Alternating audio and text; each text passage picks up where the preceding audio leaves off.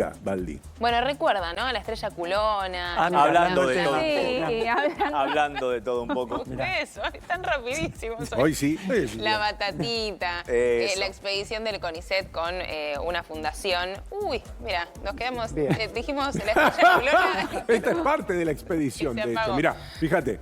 Mira, ahí está. Estas son las imágenes que corresponden a la expedición en la Patagonia, porque después de Mar del Plata llegaron estas imágenes con el CONICET que transmitió desde Río Negro, más precisamente desde Roca, con la búsqueda de fósiles de dinosaurios, que seguramente habrán visto algunas imágenes de estos científicos que encontraron, como estás viendo ahora en pantalla, un huevo perteneciente a un dinosaurio hace millones y millones de años, por supuesto. Bueno, lo transmitieron, lo compartieron y muchos nenes y muchas nenas pudieron acoplarse a esa expedición en vivo que fue transmitida como un stream, al igual que lo que vivimos en Mar del Plata ya hace aproximadamente 2 meses, pero esta vez cambiaron de objetivo, cambiaron de especie y cambiaron también de locación, porque fue en Río Negro. No solo con paleontólogos del Museo Argentino de Ciencias Naturales, sino también de la Fundación Azara, que realizaron esta expedición cretácica, así se llama, del 2025 en estas cercanías en Roca, con el objetivo de continuar las excavaciones en uno de los yacimientos más prometedores del país, Guille. El líder de esta expedición de dinosaurios es Federico, lo voy a decir en italiano, Agnolin. Capaz que a él lo llaman Agnolin, porque se escribe así. Pero bueno, ya que está, se lo digo en italiano. ¿Cómo estás, Federico? Gracias por atendernos. Hola, ¿cómo están? Gracias a ustedes por el interés. Bueno, muy interesante, al mismo tiempo histórico, entiendo todo esto. Sí, a ver, más allá de nosotros estamos acostumbrados a hacer este tipo de campañas y para nosotros es común, digamos, ir al campo y hacer hallazgos de relevancia internacional, aunque parezca mentira, para nosotros es común. En este caso lo que tuvo de distinto fue que se estaba streameando y bueno, justamente esa es la diferencia, ¿no? Se hizo viral y se convirtió en algo que podía ser, digamos, un hallazgo científico, se convirtió en algo más popular, ¿no? Y Fede, ¿cómo estás? Lucía te saluda. Yo pude chusmear un poco el stream en su momento. ¿Cómo prepararon esa búsqueda? ¿Cómo es la preproducción? Digo, ¿van a lugares que ustedes ya investigaron previamente? ¿Cómo es un poco el procedimiento?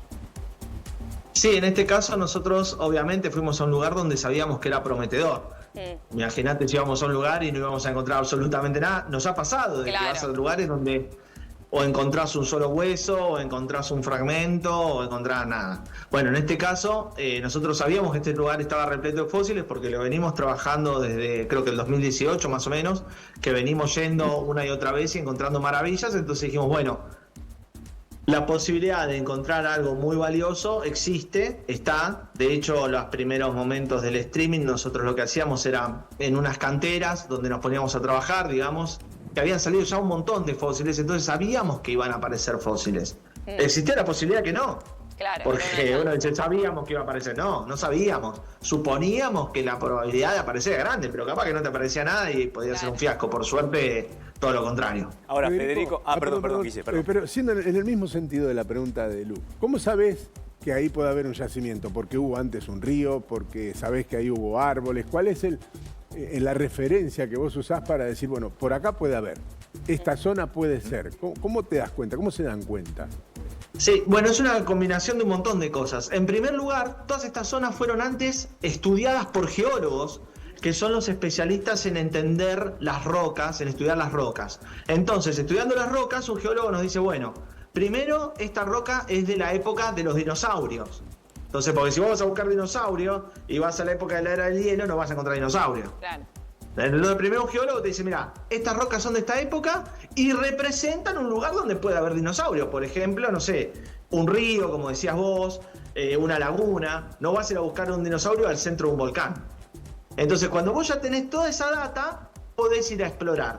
En este caso particular, ya habían pasado paleontólogos en la década del 80 que habían encontrado algunos restos, algunos fósiles. Entonces nosotros sabíamos que en el lugar había fósiles.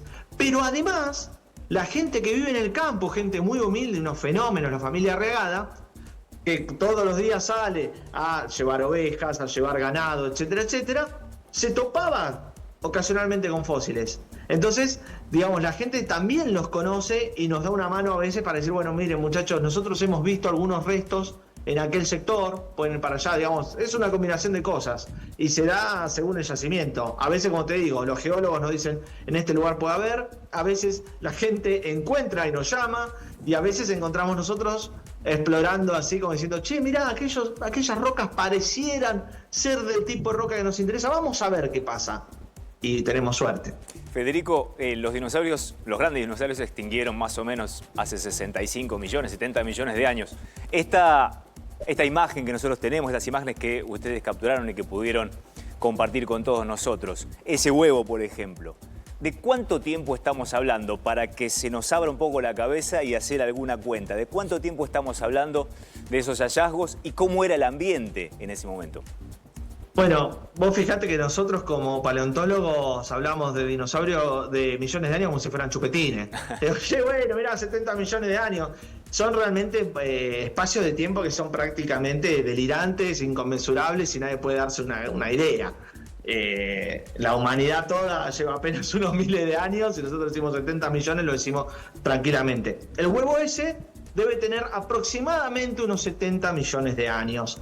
Pero ojo, porque mucha gente dijo, lo encontraste ahí parado y estuvo 70 millones de años parado. No, estaba dentro de la roca, pasó, primero estaba afuera cuando el dinosaurio lo puso, después se sepultó, pasó sepultado millones de años, surgió la cordillera de los Andes, la Patagonia la invadió al mar, pasó de todo, y estos fueron zafando, como todos los fósiles tienen estas mismas historias, y en este caso la erosión volvió a sacarlo, y lo encontramos justito, pasaba capaz que un mes más y ya estaba desintegrado, destruido. Entonces, digamos, se combinan todas esas cuestiones y la suerte de alguna manera de uno justo encontrarlo y no pasar capaz que 2 meses después y estaba destruido o pasar a 2 metros y no verlo, ¿no? O sea, también se da esa combinación de suerte. Pensá, un poco lo que vos me habías preguntado, que la Patagonia en ese momento está repleto de troncos fósiles, o sea, estamos hablando de bosques, un lugar mucho más húmedo, más cálido, no había el frío del invierno, no existía prácticamente, y estaba repleto de peces, tortugas, ranas, de todo, ¿no? Había una fauna muy abundante entre la que dominaban los dinosaurios, pero era un lugar muy distinto a como lo vemos hoy en día.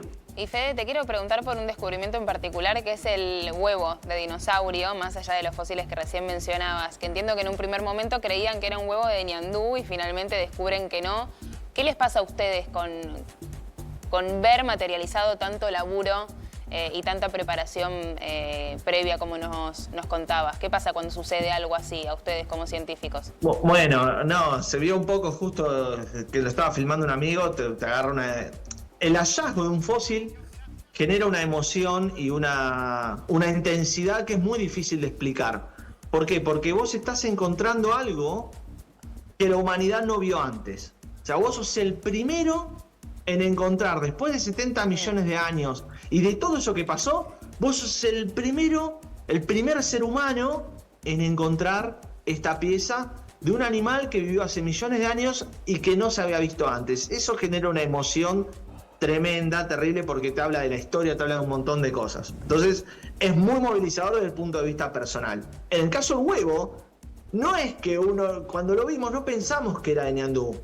Lo que pasa es que estaba tan suelto, blanquito, era, viste, uno lo mira y dice, no puede, no puede ser un fósil esto, no puede serlo, hasta que vos no lo agarrás, lo mirás así, es una locura.